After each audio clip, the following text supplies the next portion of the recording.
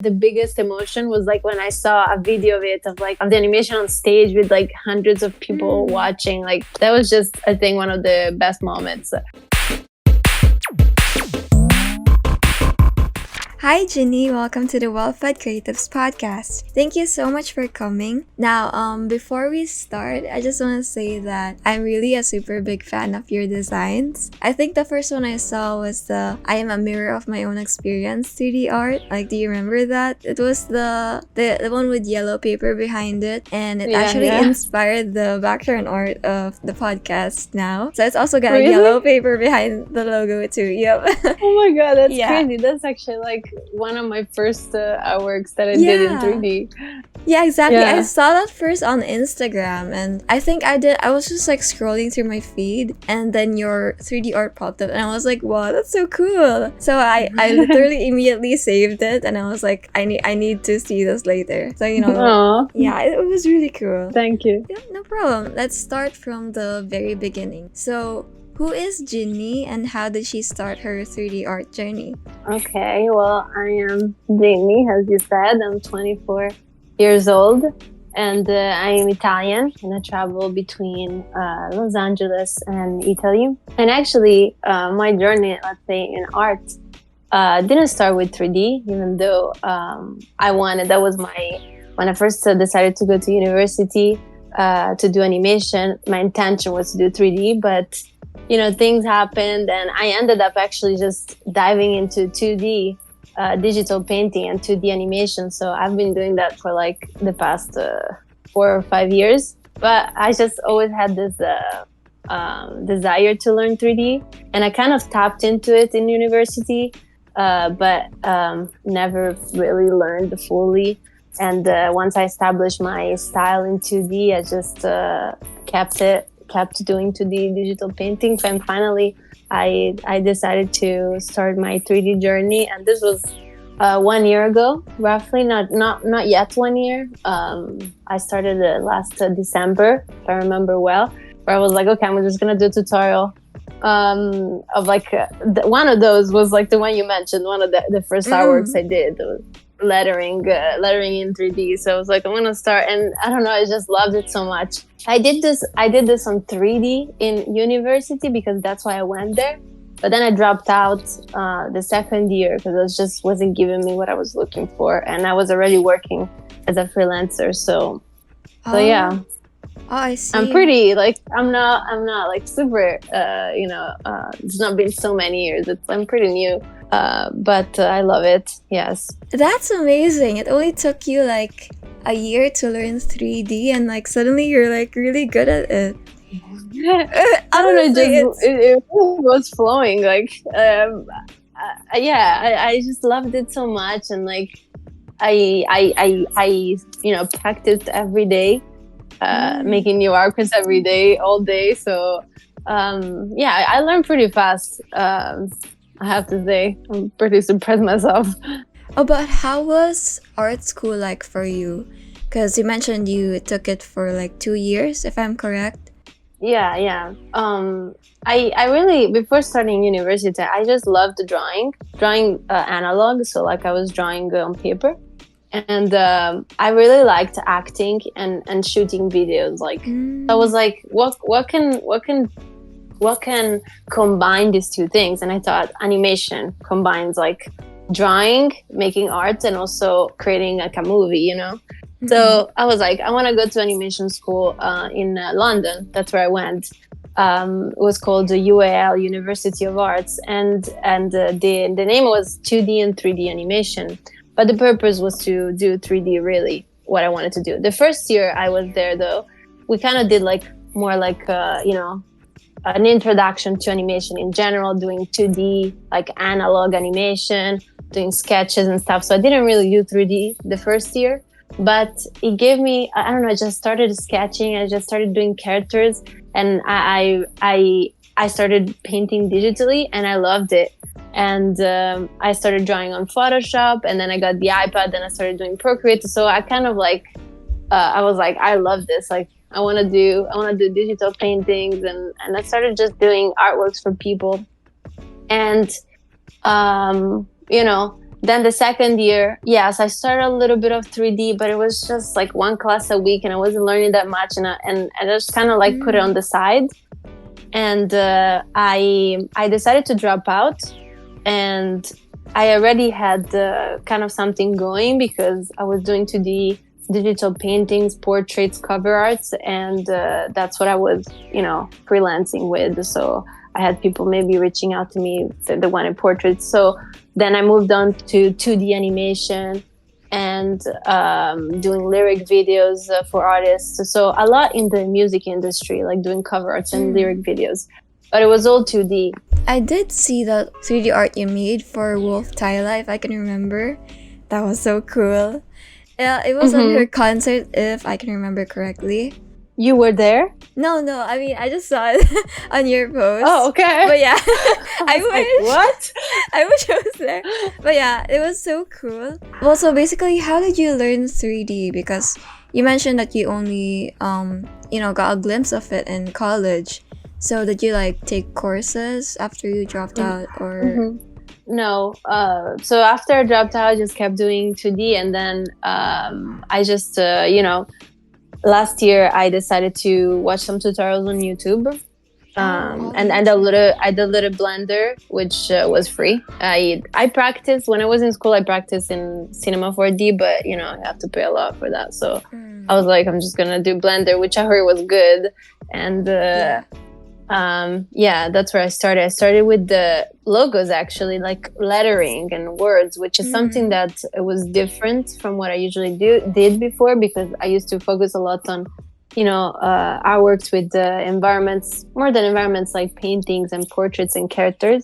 And I always liked the idea of doing logos, or like lettering, but I never thought maybe I'm not that good at that type of thing, or So I actually went with the lettering, and I loved it, and I kind of had like a passion for it. If we were to imagine like the Ginni in college, right? Did you think she would ever actually like do 3D? Like, was it something she ever had in mind, maybe? Yeah. I did want to do it. I just, I don't know. I kind of got maybe discouraged a little bit. I was like, it's complicated. People were saying, oh my God, 3D is complicated. And also at the same time, I loved doing digital paintings, and, and I was getting commissions, and I was doing artworks. So that kind of dragged me, a little bit away from 3D. Like in my mind, like in my list of to-do list or goals, I always had learn 3D, in my list, like always. I just never actually was like, okay, I'm gonna do it, Oh, so you really just like the moment the opportunity was given to you, you just like took it to like learn 3D. But like, what about like others out there, because like I'm sure there's a lot of others too who wants to learn 3D, but like just like you, they were also kind of held back, I guess, by the fear, because like when you look at 3D art, it's very technical, right? Compared to 2D, like you have to learn this and that. It's a bit more complicated. What can you say would be like the tip that you would give them so that they can get over that sort of fear? Yeah, I mean, I thought the same thing, I had the same perception of like it being too complicated, because at the end of the day, it is more complicated than just drawing, where you have a pencil and you just draw. This one, you have to understand the program and, all the buttons and all the features. That's mainly what causes like the fear, I think.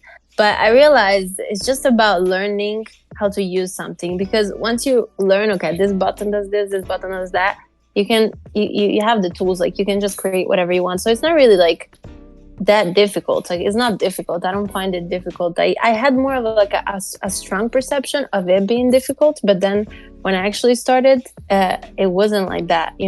You can learn certain things. You don't have to learn everything, because 3D is huge, and you can go step by step. So for example, I started with lettering, so that's where I focused on. I wasn't like I want to learn environments, I want to learn rigging, animation.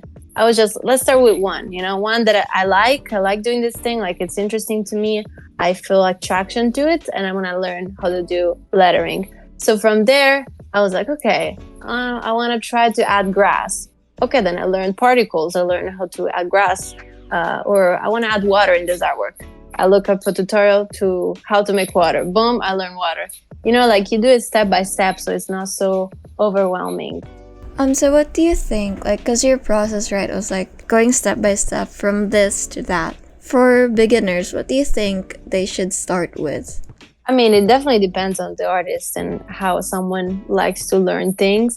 But I've got this question asked a few times, like especially from my patrons, where I upload tutorials. Like, you know, they're beginners, they maybe don't know what to do, how to start with. I would say, like, just start with one thing that you like, whether it's a logo, whether it's, I don't know, modeling a shape. Like, start with that. And every time you get stuck, you look up how to do that thing, because sometimes you're like, oh, I want to make a character, but it's like, I don't know what to do. Like, so you look up a whole thing, you know, like you think you have to learn everything and then make the character, but you can just use what you know so far. And every time you get like stuck on something, I always like, okay, let me look this up, let me find out how to do it, and I progress and I go on.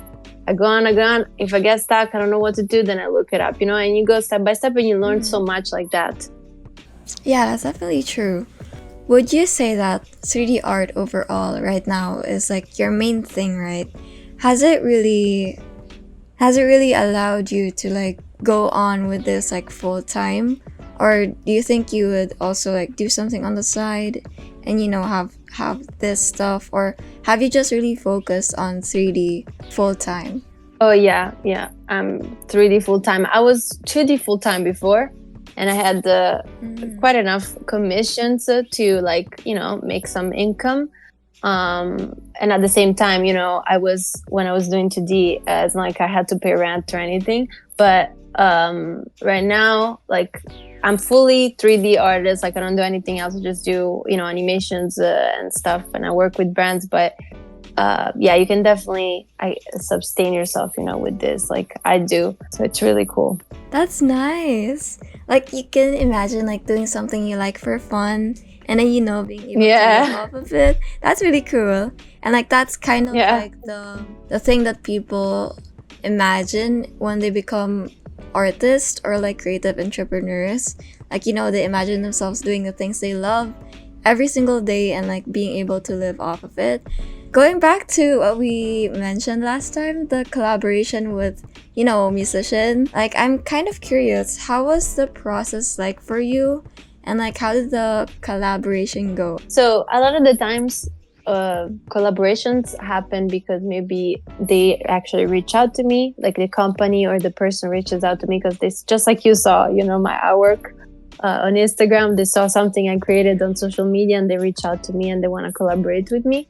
Or I also reach out to brands and artists that I personally like, you know, and propose myself as like, you know, to do a collab or something like that. But with, for example, with Wolf Tyler, she actually reached out to me on Instagram.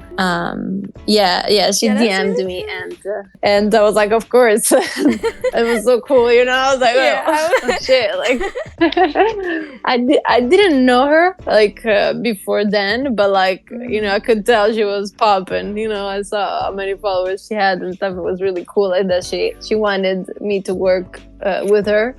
And the coolest thing is the fact, you know, of doing something like the animation I did for her performance, and seeing it, you know, like the biggest emotion was like when I saw a video of it, of like of the animation on stage with like hundreds of people watching. Like that was just, I think, one of the best moments when she sent me that. Oh, and actually she didn't send it to me. I was waiting, like I was like, okay, maybe she's gonna go on stage, and then I saw it on the stories of people, you know, that she reposted, and the stories from the like concert place that was there, and it was just so exciting, so beautiful to see, like, you know, your animation so big in a stage.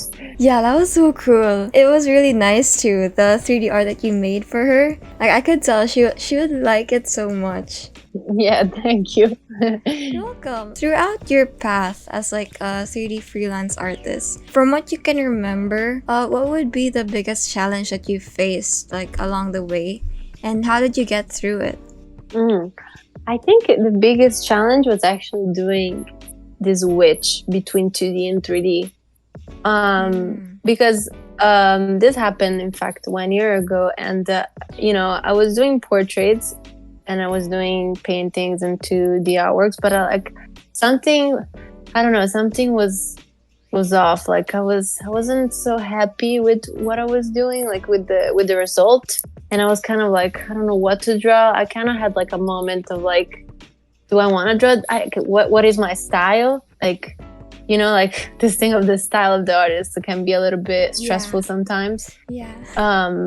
And I don't know if I had a style, but like at the same time, I looked at other people artworks and then I liked that kind of vibe, and I'm like, I want to do that too. Like, because I had a style where it was kind of realistic, but then I also liked to do cartoony things, like more like, that kind of vibe. But I was like, that's not my style though. What is my style? Like all these questions, and then I was like, I would like to do 3D, but like now I have a following that it's based off doing 2D artworks. Like what can I do? Like, do I just stop and I just start doing a whole different thing? Like, maybe no one is gonna like it. So like, that's kind of challenging. Like the idea of changing style completely. You don't know how people are gonna react. If they're gonna like it, they're not gonna like it. But at the end of the day, I have to do what I like.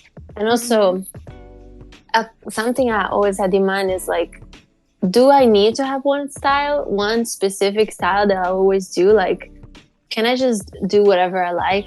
Like, I just want to express myself in different ways. Like, I don't want to have a specific way of doing one thing. So that's why I was doing portraits in a kind of realistic way, but then all the animations, I was kind of doing them in more of a cartoony style.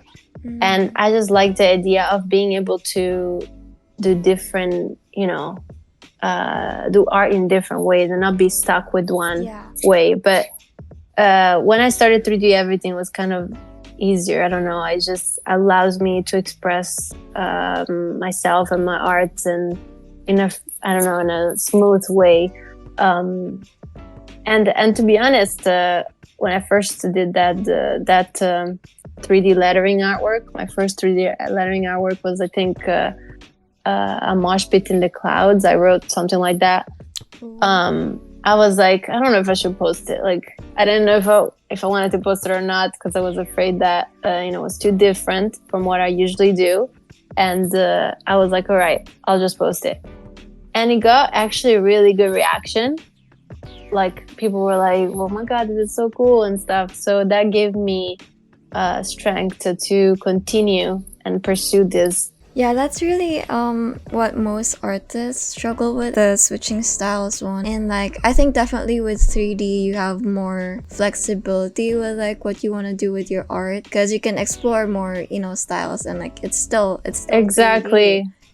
Like you don't really have to worry about like it being too different, because like, well, I'm still using 3D. Like, but what would you say for artists out there that are kind of struggling with this, the switch thing that you also happen to struggle with? What one advice would you give them to be able to, just follow what they think is for them, what the style they think is for them?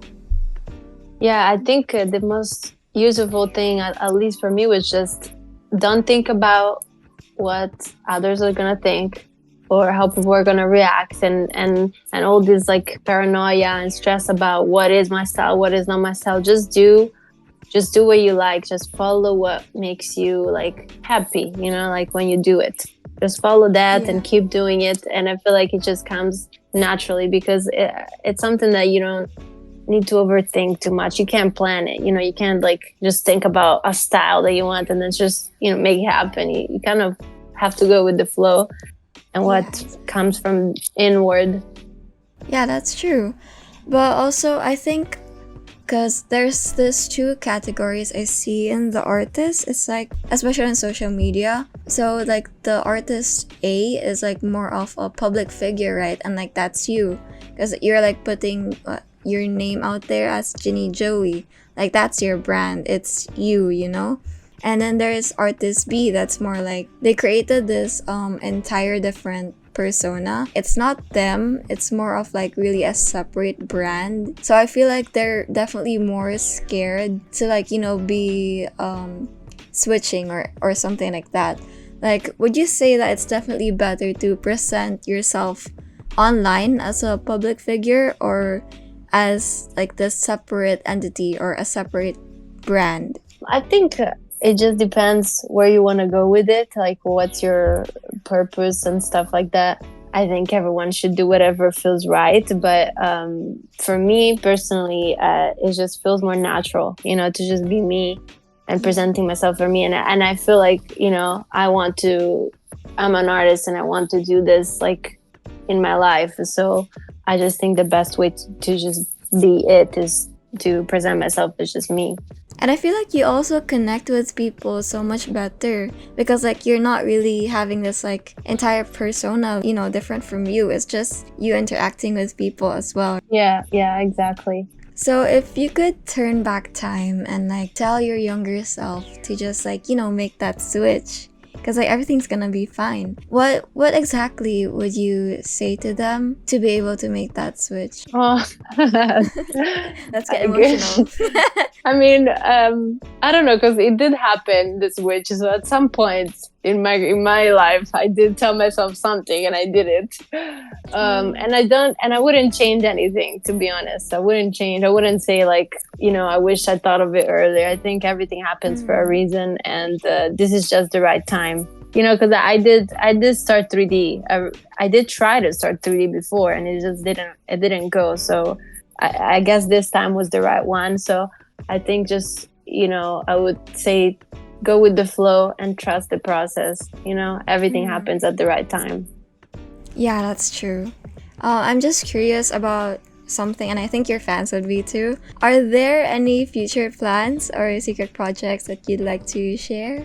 Well, project that I'm excited about. I am working with some really cool brands.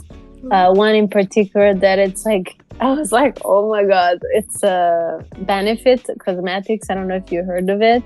Cosmetics. It's a Benefit Cosmetics. Oh. It's like the owner of Sephora, I think it's pronounced. Yeah. And I've known that brand. Like I have things, my makeup stuff, like of that brand. So when they reached out to me, it was like, oh my god, this is incredible. And I'm doing for them a 3D intro for the YouTube channel, which is really cool. But yeah, I'm working on some merch with my artworks. This is something I'm trying to do. I've been like really focusing on 3D lettering and typography, like for most of like the beginning of the 3D process. But lately, like my goal was to do characters as well, which is something I was kind of afraid of. Like I was like, I don't know, characters seems really hard, and again with the style thing, like what kind of character do I do? Like there's so many styles. Like I was able to create, like, I don't know, like come up with something that felt like me and without struggling too much actually. So I've been doing some 3D characters, and I'm just trying to create some merch around those that I'm putting in my shop. So I'm excited about that, and I want to work more on that and adding more characters to the clothing and the accessories. Oh yeah, I did see that character that you posted. The one that was like with the head doing like this. Well, that was so cute.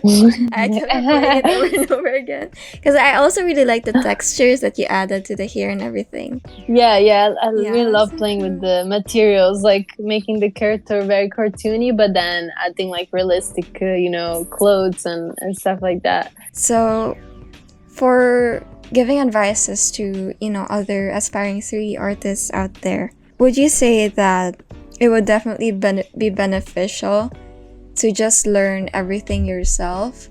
Or do you think that they should take paid courses somewhere? Or do you think that they can definitely just, learn it all on YouTube?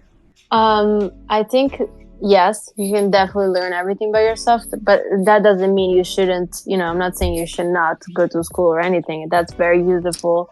And, if you have the possibility and you like it and you want to do that experience, that it's going to bring good things as well. But, not doing that is not gonna stop you from doing 3D because or doing art, because I'm the example that I learned everything on just online on YouTube, and it's possible. You can just nowadays, it's like that's the cool part of it. Anything you can Yeah, just look it up. So, and to be honest, to be like an artist, you don't need a degree. You don't need to have the that's true. papers That's true. like maybe to be a doctor. Yes, you need to go to school and stuff, but to be honest, I was never asked my CV, like, and True. I've worked with hundreds of clients, and they don't care about your degree, CV, none of that. They just want to see your work, what you do. So uh, I think the best way, your best CV is just your portfolio, your Instagram, and the work you create. What do you think freelance artists can like start with? Like, maybe for beginners out there who still haven't like really worked with clients before and they basically don't know where to start. Yeah, I get asked this a lot because I understand, like, someone doesn't really know how to start with. And I can tell you my experience and how I started. Because, of course, when I first started doing digital paintings, it's not like I had clients coming in.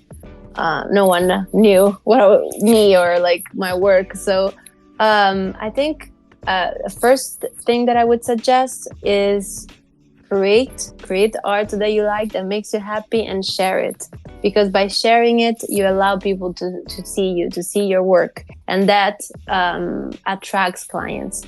The fact that you are creating and you're doing what you love and you're following your passion, that itself is going to attract opportunities to you. And secondly, I think it's important to think about what you wanna how do you wanna do your commissions, like what is that you like, what would you like, who would you like to work with. For example, me, I right now, let's say I want to do more YouTube intros or like logo animations. So if I don't have any clients, let's say, to start off, I would just look for some brands that I love, or artists that I love, music artists that I love, and I'll just do something for them for free, just for the fun of it, and then share it and you tag them. And you never know, maybe they're gonna repost it because they loved what you did. But at the same time, other brands just like that one is gonna see what you make and it's gonna be like, oh, I want something like that. And that's how I started, because when I was doing 2D portraits, I started off by just reaching out on Instagram to influencers like models and stuff like that. I was like, hey, I'm a digital artist and I love your look. If I did a digital painting for you, would you post it? Would you post it on your profile? Would you post it on your story? And a lot of them were like, oh yes, I would love to, blah blah blah. And so I started like that. I just was doing artworks for free for people that had maybe 30,000, 40,000, 50,000. I was reaching out to different ones, the ones that responded, and then they shared it. It really helped me because I got some new following from that, and also people that were like, oh, I love the artwork that you did for, I don't know, that model or that person, that artist. How much do you charge, And then you start getting some clients. Yeah, I really like what you said. That's really smart. Like because I'm more on from the business side. So like, especially when you start freelancing or like really any business type out there, like it's definitely important to be able to, we call it sales, basically like reaching out to people and like, being able to get over that shyness, I guess.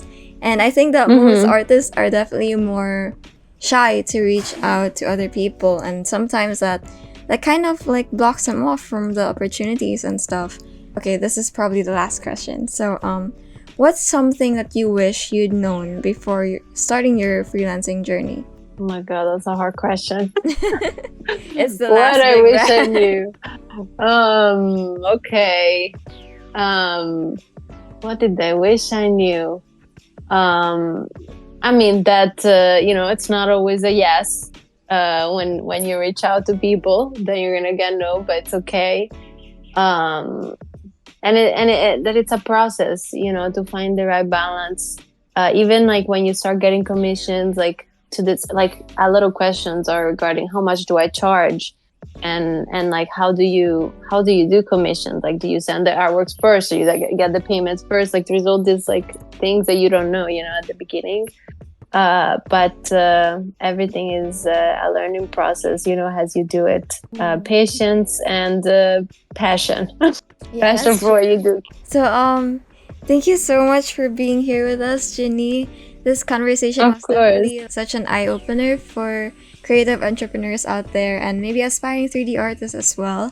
So I'm sending you all my best wishes, and I truly, truly hope to see Ginny shine even brighter in the future. Like, I cannot wait what you'll make more.